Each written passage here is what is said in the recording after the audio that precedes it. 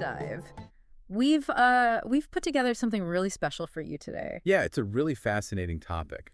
It is. It's based on your specific interests in history, strategy, and, how narratives get built over centuries. Because when we look at an app on our phone, we just see the surface, right? The interface. Right, just the buttons. Yeah, it's clean, it has nice buttons, it does what it's supposed to do, but underneath that smooth surface, there are millions of lines of code. Mm. And if there's a bug, like if the app keeps crashing, you don't just stare at the screen. You have to open up the hood, look at the code, and figure out the algorithm making the program act that way. You have to look at the underlying architecture to actually understand the output. Exactly. Because if you only study the interface, you are entirely at the mercy of whatever the developer wants you to see. Right. And today's deep dive is about doing exactly that, but for human civilization. We're going to look at the code behind the movement of history itself. It's a huge undertaking. It is. And before we unpack this, I do want to make a quick note. The material we're analyzing today is deeply rooted in religious and historical texts, specifically Islamic and Shia historical analyses. Yeah. And our mission here isn't to take a theological side or endorse a specific religious view. We're just here to impartially unpack these frameworks because the philosophical arguments and the strategic breakdown of historical events in this analysis are just incredibly fascinating. Oh, absolutely. And they challenge a lot of assumptions about how history is recorded. Yeah. Understanding different lenses is just crucial if you want to be truly well-informed. I mean, you cannot objectively evaluate a historical event without first understanding the foundational framework that the people involved were operating under. Right. And of course, the framework through which the historians actually recorded it. Okay, let's unpack this, because the texts we're analyzing argue that you can't really judge an event until you define the engine driving it. And they contrast two major views of history, the materialist perspective and the Islamic perspective. Right, so let's start with the materialist perspective. Okay. This includes frameworks like Marxist class struggle, for example. Sure. It views history as inherently linear and driven entirely by human, economic, and political factors. So it's all about material progress. Exactly. Material progress, technological advancement, and, the clash over physical resources. Yeah. If a society changes, the materialist lens looks for the economic friction or the political power grab that caused it. So under that materialist lens, if you look at major religious figures, say Jesus or Buddha, how does that framework categorize them? Simply as highly effective social reformers. Oh, interesting. Yeah, they're seen purely for their cultural and socioeconomic impact within their specific time and place. A materialist historian doesn't view them as individuals carrying out some transcendent divine mission. Right, right. Their influence is reduced to the institutional shifts or the class awakenings they inspired. It is entirely rooted in the physical world. So the app is just the app. There's nothing outside the server. Exactly. But the Islamic perspective looks at a broader source code. Yeah, in the Islamic view, history is driven by overarching divine laws, which are referred to as sunnahs. Sunnahs, okay. Right. And in this view, prophets aren't just charismatic social activists. They are the primary drivers executing a divine blueprint. Okay, so a totally different engine. Completely different. The ultimate focus isn't just on material progress or hoarding resources. The engine of history is morality. Morality. It's this ongoing generational battle between truth and falsehood and the ultimate trajectory of humanity toward justice and the hereafter. And the analysis details some specific sunnahs that act as the actual mechanics of history, right? Like algorithms in the code. Right, like the sunnah of respite. This is the concept that tyrants are often given a specific period of time, like a delay in consequences, before their inevitable ruin. They aren't getting away with it. They're essentially getting enough rope to hang themselves. Exactly. And another major historical mechanism mentioned is the sunnah of push and struggle. Okay, what's that one? This represents the constant, necessary friction between good and evil. The argument is that this friction is actually a feature, not a bug. Oh, wow. Yeah, without this constant pushback by individuals fighting for justice, the earth would fall into total stagnation and corruption. It's the resistance that keeps the moral arc bending. That's fascinating. And the Shia perspective in this analysis takes this even further, framing human history as a very specific architectural arc. Right, it's a specific timeline. Yeah, it starts with Adam as the first steward of the earth and culminates with the Imam Mahdi, who is prophesied to ultimately establish global justice. But here's my pushback on this entire concept. Let's hear it. If history is just following these fixed divine laws, doesn't that mean humans are just actors following a script? Like, where's the free will if the algorithm is already written? Well, that's a great question. But the Islamic view presented here does not describe strict determinism. It doesn't. No, instead, it relies on a delicate interplay between human agency and divine physics. Human free will is the necessary catalyst that actually activates the divine laws. So humans are typing the inputs, but the sunnas, the divine laws, are the algorithm dictating the output. Precisely. Look at the sunnah of change detailed in the text. The rule dictates that God does not change the condition of a people until they change what is in themselves. Oh, I So see. the overarching laws of the universe are fixed, but human choices dictate how those laws manifest in reality. Humans write the variables, and the divine laws compile the code. So the individual choices of societies determine whether they experience the sunnah of respite or the sunnah of blessing. Exactly right. That makes perfect sense. So now that we have this framework, this idea that history is a moral battleground governed by overarching algorithms but driven by human choices, let's look at what happens when human political power tries to actively rewrite the historical code. Yeah. We are turning to a heavily debated historical figure, Imam Hasan. This is such an extraordinary case study in how history gets manufactured versus what actually happened on the ground. Yeah, the analysis details a massive, centuries-long propaganda campaign initiated by the Umayyad dynasty, continued by the Abbasid rulers, and much later swallowed whole by Western Orientalist scholars. It really was massive. The goal of this campaign was to completely distort Imam Hasan's legacy. He had signed a peace treaty with Muawiyah, the Umayyad ruler, and the state-sponsored propaganda machine just went into absolute overdrive to strip Imam Hasan of his political and religious legitimacy. They painted him as a weak, incapable leader, Right. claiming he essentially traded his rightful leadership for massive payouts from the treasury. But the sheer scale and audacity of the character assassination requires us to look at the mechanics of 7th century media. Oh yeah. We aren't just talking about rumor-mongering in the marketplace here. No. The Umayyad state utilized the Friday pulpit as mass media. They basically institutionalized the cursing of Imam Hasan's family across the entire empire. Well, every Friday. Every Friday. Furthermore, the political establishment actively forged hadiths.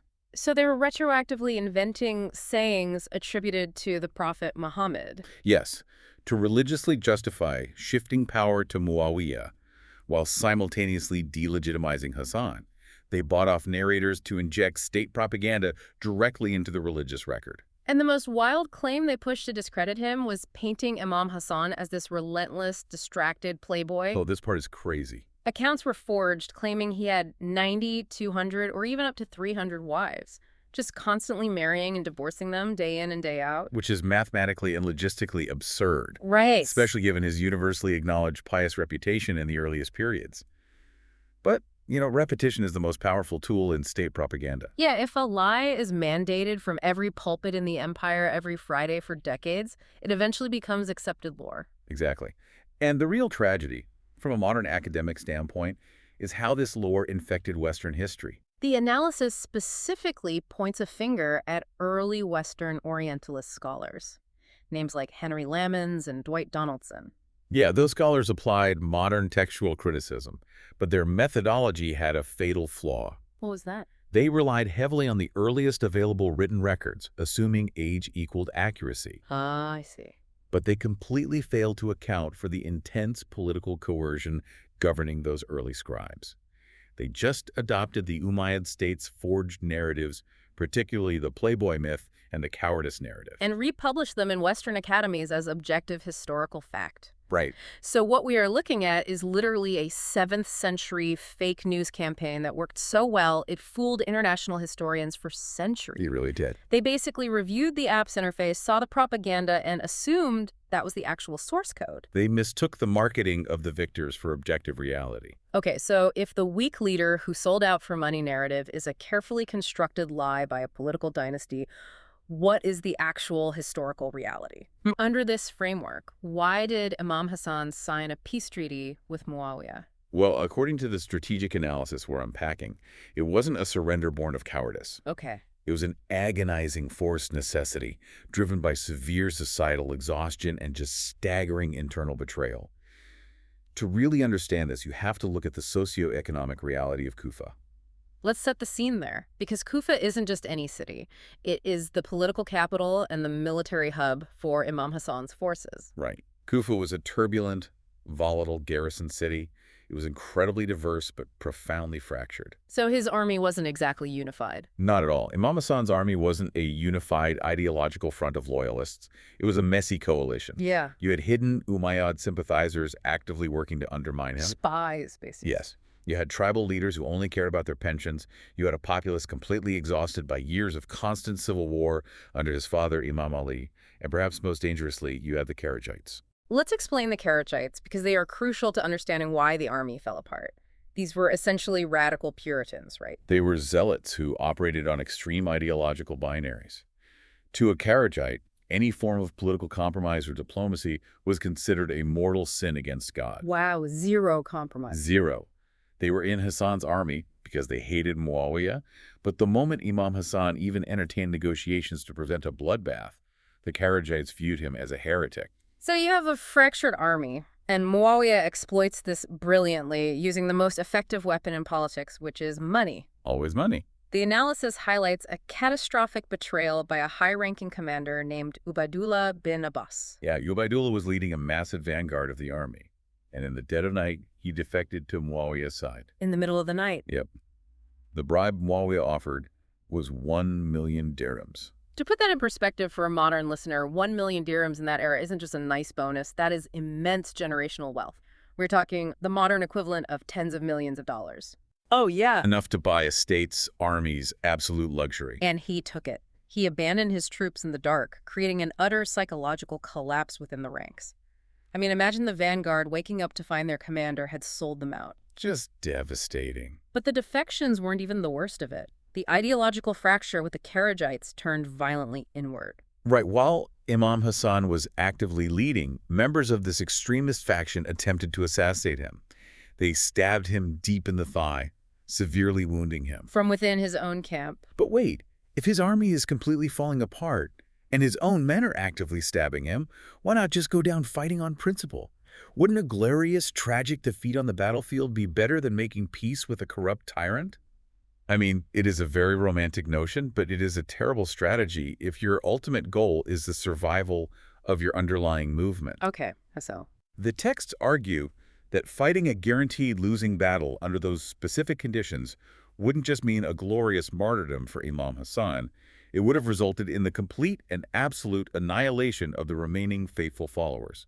The core group. Exactly. The core group of believers who actually understood the religion's true message. A total tactical wipeout. Muawiyah would have slaughtered the vanguard, killed Hasan, and then just written the history books completely unchallenged. Precisely. The treaty was a highly calculated strategic mechanism. It was designed to stop the immediate bloodshed, preserve that vital core of believers, and fundamentally shift the battleground from a physical war, which Hasan couldn't win, to a war of public awareness. So if that treaty was a strategic mechanism, how does it physically connect to the famous revolution of his brother years later? There's a fascinating architectural link here that the analysis maps out. There really is.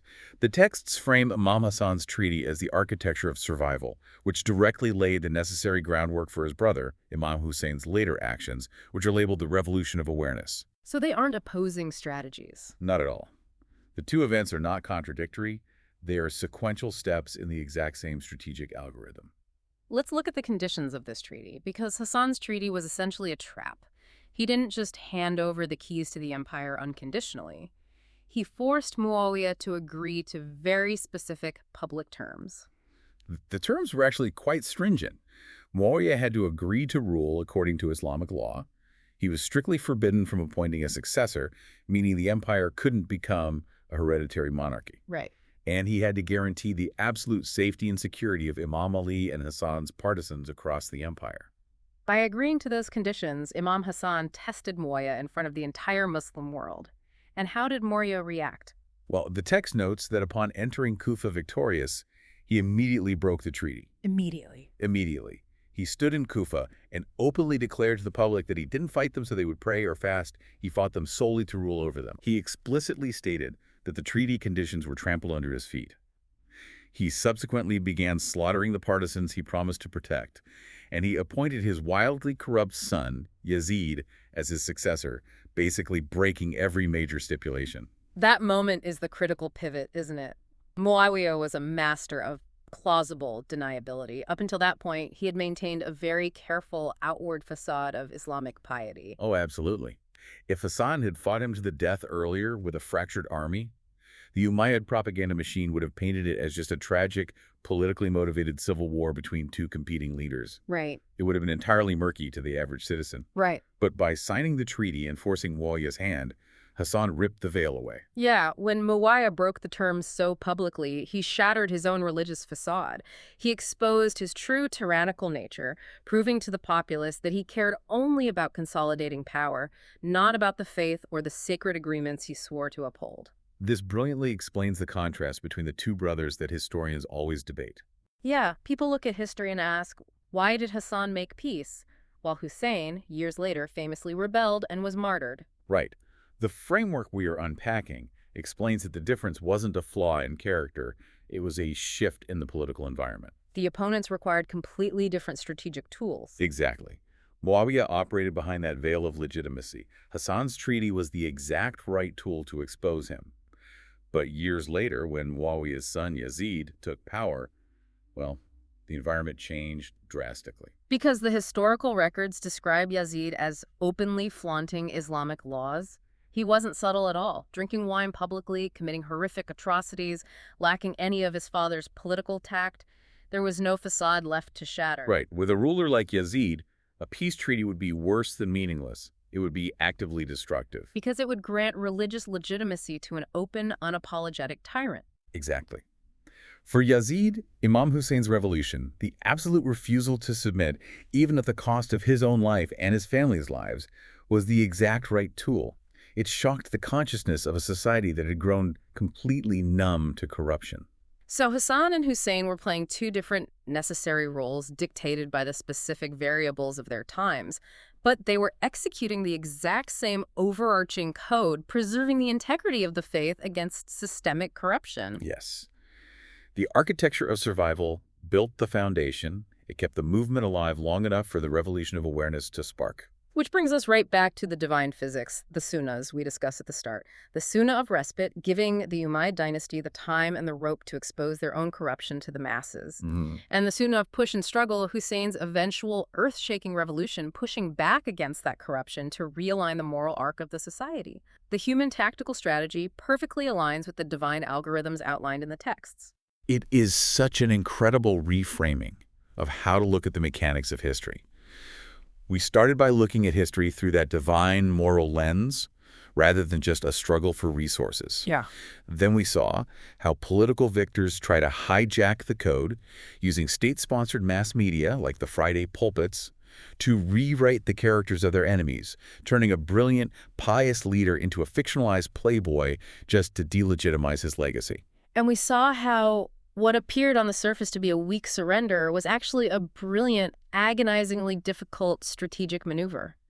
It saved a movement from total tactical extinction and set a delayed trap that would eventually spark one of the most famous historical revolutions in the world. It's a powerful reminder that to be truly well-informed, you can never just read the surface-level events of history. You can't just look at the app's interface and assume you know how the software works. You have to look at the socioeconomic realities on the ground, the ideological fractures in the military, Yeah. the bribes being handed out in the middle of the night, and most importantly, you have to relentlessly question who is funding the history books and what institutional power they stand to gain by making you believe their version of the story.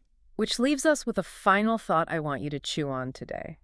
We just unpacked how a 7th century political spin campaign was so wildly successful, so thoroughly funded and repeated, that it actually became accepted as academic fact by leader international historians for centuries. Yeah. It makes you wonder, if you apply that same critical lens to the world today, what widely accepted historical facts from our own modern era are actually just these successful PR campaigns of today's victors. That's a great question. When you look at the political and historical narrative surrounding us right now, how much of what we absolutely know to be true is the actual source code, and how much of it is just a really, really well-funded marketing campaign?